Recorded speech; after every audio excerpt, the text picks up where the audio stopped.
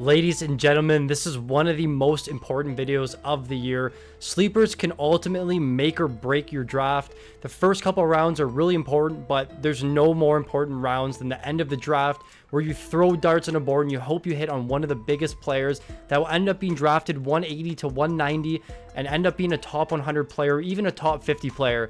And I do my best each and every year to analyze and break down some of my favorite sleepers going into this season. Philip Forsberg was a massive one last year, and we're hoping to repeat that with some really good players for this season. So this is going to be one of the best videos. Make sure you watch the entire thing and let me know in the comment section below who your favorite sleepers are going into this season.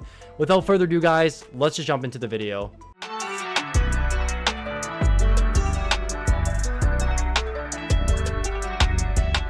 Listen, I get it. It's really early in the season right now. Sleepers, ADP, everything. It's a little bit out of whack until we get to mid-September and we start getting a little bit more data in terms of where players are being drafted. We've done a few competitive mock drafts through our Discord so far, so I have a pretty good understanding in competitive leagues where you're going to see some of these players go off the board. And for me, Gabe Vilardi seems to be falling a ton, given the upside going into the season. Last year, Vilardi, his first season with the Winnipeg Jets, he was immediately put into the line 1 power play 1 role, and he flourished. But I get it. The issue you're thinking in your head right now is injury history, and I totally understand that. On a per game basis, he was an absolute stud last year in fantasy, but you were only able to roster him for 47 games, and that's kind of concerning. But going into the season, there's a lot to like from Vilardi. In that 47 game sample last year with Winnipeg, he played 17 minutes time on ice in a very high leverage role on line 1, power play 1. He ended up scoring 22 goals in 47 games, which is a 39 goal pace. How are ya? And he ended up getting 117 shots, which is over 200 shot pace.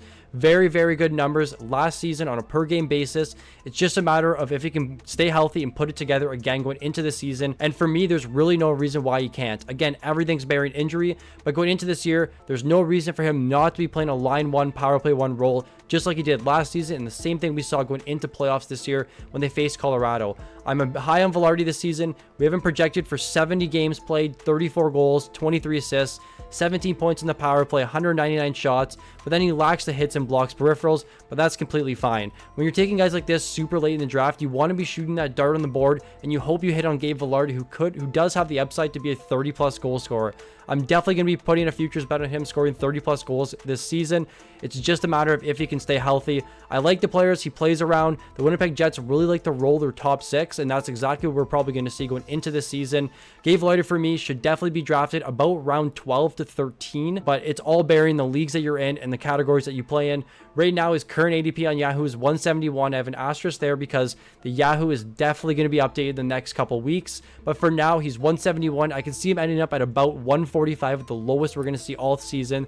We have him projected to be a top 105 player going into the season, so there's definitely a lot to like here. Very, very good value from Vilardi. You can take him near the end of your drafts. He has center and right wing eligibility, so dual position eligibility is attractive for me as well. With me, Gabe Vilardi is going to be a guy I'm going to be talking about a lot on the channel this season. He's going to be a guy that I'm going to be high on for the entire preseason.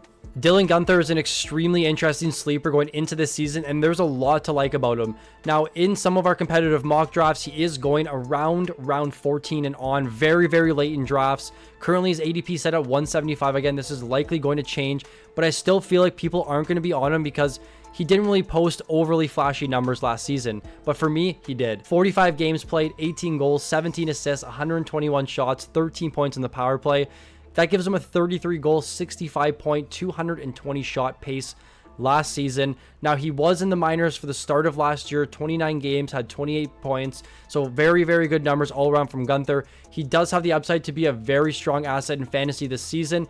Now, in his last 30 games with the Arizona Coyotes, he had 26 points, ranks him 36th in the league, 14 goals, 33rd best in the league, and 92 shots, over 3 shots per game, ranking him 31st in the league. So those 3 key offensive categories that I like to look for forwards, he was top 40 in all 3 of them. So that just justifies why I like Guenther going into this season. There's really no reason for him to not be playing a top 6 role and on the top power play unit.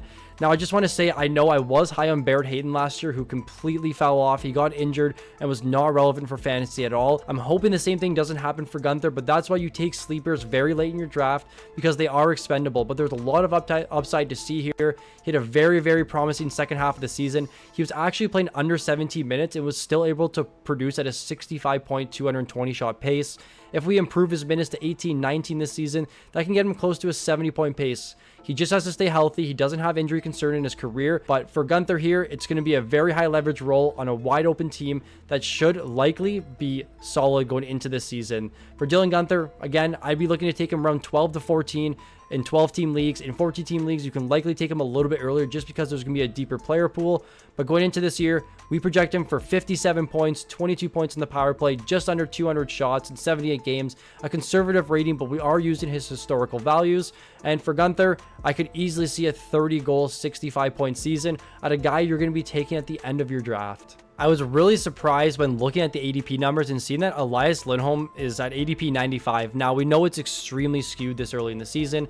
Things are subject to change, and we're likely going to see him at around 120 to 140, which is currently where he's going in mock drafts. Now, with Elias Lindholm, he should easily slot into that top line role beside David Pastrnak in Boston, and hopefully on that top power play unit. It would be really surprising to see him not on that top unit. Now, I went and did some research. I looked back last 2 years to see where Boston's power play sat. They were the 12th most efficient power play in the last 2 years. So hopefully Elias Lindholm can elevate that power play and bring them back to the top 10 like they were just 2 years ago. Now, with Lindholm here, he has had a rocky career. So the last 3 seasons have been extremely rocky for him. Just 3 years ago, he put up an 82-point season with 42 goals. And last season, that number basically got cut in half to 44 points in 75 games.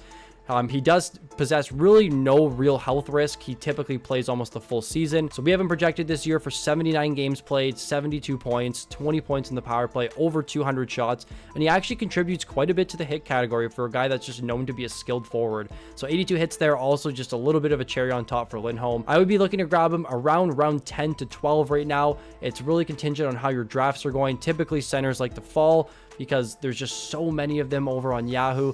But with Elias Lindholm, if you can get him in around 10 to 12, it should pay off huge value. We saw what happened last year with Pavel Zacha. He went from the New Jersey Devils scoring 36 points to being a 57-point player in his first year as a Bruin, and then a 59-point player last season. And I'm just hoping that the Bruins can help rejuvenate Elias Lindholm's career, making him a must-draft sleeper this season. I just want to take a minute to let you know that the Fantasy Puck Patreon leagues are officially open for this season. This is our second annual season. We had over 84 managers competing last year, and we're hoping to reach over 100 this year. Make sure you secure your spot. The links will be in the description below. If you have any questions, just make sure you leave a comment on this video or join our Discord and send me a message at FPMike. I'll be sure to answer as soon as I can. We have drafts beginning as early as mid-September. Everything will be live streamed, so you're going to be able to watch your drafts back again. You'll be able to compete and talk with other active managers within the Discord. It's super exciting. Again, any questions, let me know in the comment section below, and I'll be sure to answer. Now, no more of me. Let's just go back into the video. I promise this list isn't solely going to be forwards, but the last forward to round up this list is Viktor Arvidsson of the Edmonton Oilers, a guy that I'm extremely high on going into this season, and to me, I think actually was one of the best offseason acquisitions of any team. They got him at a massive bargain, and he should help fill in his top 6 role and give them a little bit more scoring. Now, I don't think they're going to play him in a depth role and a bottom 6 role. I think it's going to be top 6, especially with the recent news that Dylan Holloway is now St. Louis Blue, and that Evander Kane is now an LTIR. So this opens up room for 2 wingers now out the door, and Viktor Arvidsson to come in and hopefully play a top 6 role. We all know what Edmonton does with their top 6. They roll them like crazy, especially in the third period, and they like to stack their lines. So Arvidsson will be the man out. He likely won't be on the top power play unit. Bud should be getting really good reps, and hopefully alongside Connor McDavid, which I don't really have to say much about him. He's just the best playmaker in the NHL and arguably the best player in the world right now. And with Viktor Arvidsson, he's going to look to flourish off of McDavid's success, just like we saw Zach Hyman last year. Do I think he can repeat a Zach Hyman season? Absolutely not. He won't be scoring 57 goals. I can make sure of that.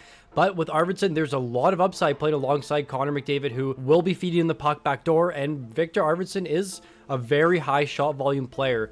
So last season, he only played 18 games, so the sample size doesn't really count. But in those 18 games, he did rank first in the entire NHL at 5-on-5 shot rate with a 12.89 per 60. which is extremely, extremely good. And over the last 3 seasons, so dating back to 2021, Viktor Arvidsson has the 9th best 5-on-5 shot rate. He is a beast 5-on-5. He loves putting the puck to the net, and there's no better team to do it with than the Edmonton Oilers, with 2 guys who are easily 100-plus point players for the next 5 years. And Arvidsson will look to piggyback off of those players like Leon Draisaitl and Connor McDavid to become a 30-goal scorer hopefully this season. With the LA Kings, he was pretty solid, a .76 point per game player, and he averaged 3.16 shots per 60. The shots, you guys know it more than I do. I love shots on net. That's my biggest indication of guys who are having A, offensive success, and B, will score goals. So with Viktor Arvidsson this season, he's right now ADP 151. He's actually going a lot later in drafts than he should be right now. He just left wing eligible. So we all know left wing is actually kind of a scarce position, so it's a little bit more upside there. I would be looking to take him similar to the other players, about round 10 to 14. It just depends on how your draft's going and if he's available, if you know other people are going to be looking at him. And with Arvidsson here, we have him projected for 70 games played, 25 goals, 34 assists, 15 points in the power play, and 220 shots. So a lot to like there from Arvidsson.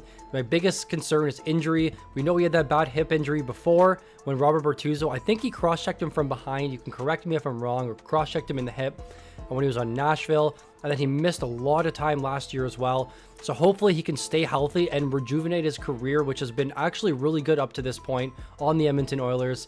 A lot to like here from Viktor Arvidsson, and this is my last forward for this list. Let's jump over to the defenseman now. What better way to start off our defenseman on the sleepers list than Jake Sanderson, a guy you know I absolutely loved last season, and I'm going to make sure I don't miss out on him again this year. So after reviewing some of the ADPs and where defensemen are going early in drafts, but it looks like Jake Sanderson is still falling after pick 100. He's currently ADP 140, about defenseman 30 off the board right now. And that doesn't make a whole lot of sense for me for a guy that should be a staple on the top power play unit and also has officially secured a spot as the #1 defenseman on the Ottawa Senators.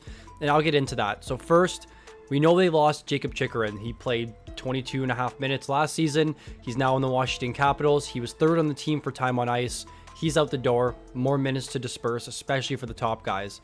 Second, Thomas Chabot. I had some questions in the Discord today just asking me, Chabot or Sanderson? Definitely Sanderson.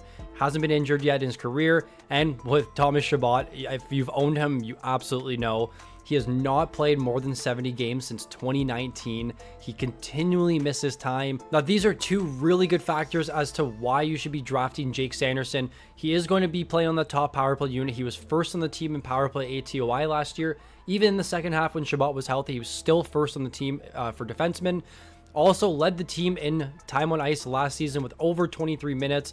I expect this to go up to about 24 or 25 this year, depending on how Ottawa plays their defensemen. But with no Chychrun, Sanderson's in a really good spot to play a really high leverage role this year. So the biggest thing last year is that Ottawa power play just struggled. They were 25th best power play in the league. After just the season prior, they were the 8th best. Now, if you owned any Senators players, Tim Stützle's a really good example of it. Drake Batherson as well are guys who fell off in the points categories because they didn't have that power play success they had 2 years ago. So hopefully they can write the script again and maybe become a middle of the pack power play unit, and this should only help Sanderson's point production. So this year we project him for 78 games played, 50 points, 12 goals, 22 points in the power play. And the big thing with Sanderson is even if he doesn't get there in the points categories, he's actually a really strong peripheral defenseman, especially with the blocks. So 150 shots, 45 hits, 143 blocks. Again, with the increased minutes, or you can only see these peripherals continue to elevate. Jake Sanderson is, I think, going to be a Norris contending defenseman at some point in his career. If not this year, sometime in the future. So there's a lot to like from the former 5th overall pick. I'm on Sanderson this year. I will be taking him as my defenseman 3 and defenseman 4 in almost all of my leagues after pick 100. Listen, is this really a sleepers list if I don't include a huge lottery ticket play? Cam York, a lot of uncertainty, and you're probably thinking, why is he on this list? But I'll give you some reason why, and then you can decide on if you think he's a sleeper or not. So the Cam York, defenseman, Philadelphia Flyers. So right away, there's a little bit of concern because anyone in the Flyers system playing under John Tortorella has extreme uncertainty. But it seemed like last year Torts liked the game that Cam York played, and he granted him a higher leverage role going into last season. So the year prior, he was playing 19 minutes and 30 seconds. Last year took a massive jump, plus 3 minutes time on ice to 22 minutes and 37 seconds. Second highest on the team, just behind Travis Sanheim. And he also had the reins to be on the top power play unit for the second half of the year. He was very, very good in the second half of the year if you did own him in deeper leagues. Those block numbers are insane. He had 173 blocks last year, 16th best in the NHL. Also had 10 goals, 20 assists. He was able to put up 30 points last season, while the Flyers had, if I remember, you can correct me if I'm wrong here. If I'm not mistaken, they had actually the worst power play in history last season. They were one of the most inefficient power play teams I've ever seen when looking up stats. And hopefully this power play can get a little bit better with Michkov now coming onto the team and a healthier lineup. We'll see. But with Jamie Drysdale, I know what you're thinking as well. That also does create some concern. But we still haven't even seen Jamie Drysdale play a full season. He's always injured. You have no idea what to expect going into the year. And for me, I want to be taking the safe guy that does have the opportunity to really be that power play one defenseman, play big minutes, and have really good peripherals. So what we're expecting for Cam York this year, 74 games played, 41 points, including 9 goals, 11 points in the power play, 148 shots on goal, 64 hits, and 155 blocks. We're honestly being conservative with his projection right now because in his career, he hasn't been as good as he was last year, but he's going into his age 24 season, which is usually the prime of most players' careers. And we're hoping Cam York can take a big step just like he did last year, but now going into this season. So if that Philly power play gets better, John Tortorella decides he wants to play his best players where they should actually play, Owen Tippett, then Cam York could be in line for a really good season. Right now, he's basically going completely undrafted. I think you can easily take him as your defenseman 5, just a bench spot. If he's not producing, if he's not playing big minutes in the first couple weeks of the season, then you can just drop him. But there's no harm in taking Cam York with your last pick to have the upside to potentially finish as a top 20 defenseman this season. I'm going to be drafting Cam York. I'll likely be talking about him again, but definitely one of my favorite lottery ticket defenseman picks to take this year. Let's round out this list with a goalie. Probably the hardest position possible to draft is goaltending. It's a complete mixed bag, and for me, I always go zero goaltender strategy, and I'll be taking goalies way later in the draft. My goalie that I'm liking here is Pyotr Kotchetkov, who I hope will be the #1 goaltender by midseason with the Carolina Hurricanes. Now, it's all contingent on when Freddie Anderson gets injured, not if, when. And we know Freddie Anderson is historically one of the most injured goaltenders we've seen, especially in the last 3 seasons. And it's just a matter of time before Kotchetkov actually takes over the net and becomes the #1 goalie that we've all hoped for. So right now his ADP is 93, but in most drafts I've seen him go around goaltender 17 to 20, about 120 in the draft. A lot of goalies have been falling because a lot of people are starting to realize that you're better off just going the zero goalie strategy and taking a shot at someone that's on a really good team. And that's what Carolina is. So last season, Carolina, the best Corsi for percentage, the best shots for percentage, and the second best goals for percentage.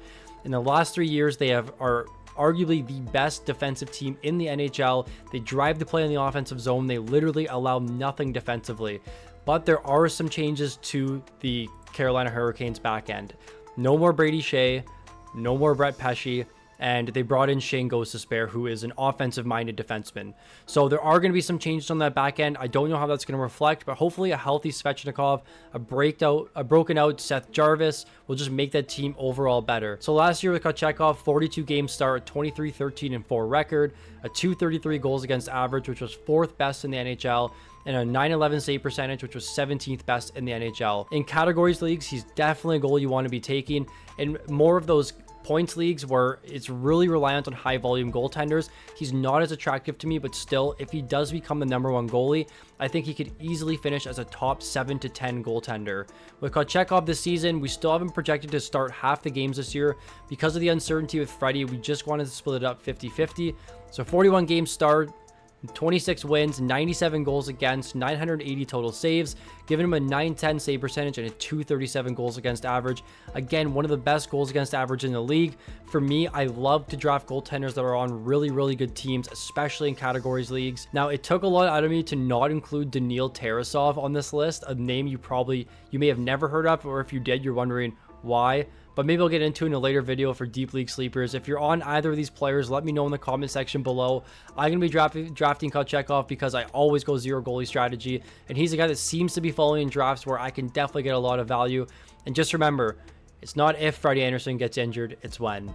That will do it for the 7 must-draft sleeper video. If you guys enjoyed the video, make sure you leave a like. If you're new to the channel, please subscribe. Make sure you hop in our Discord and join the Fantasy Puck Patreon League. There's a lot of exciting things that we're moving forward this season. So click the links in our description. If you have any questions at any time, make sure you ask me in the comments below or send me a message on Discord. Any way to access me, I will respond as soon as I can.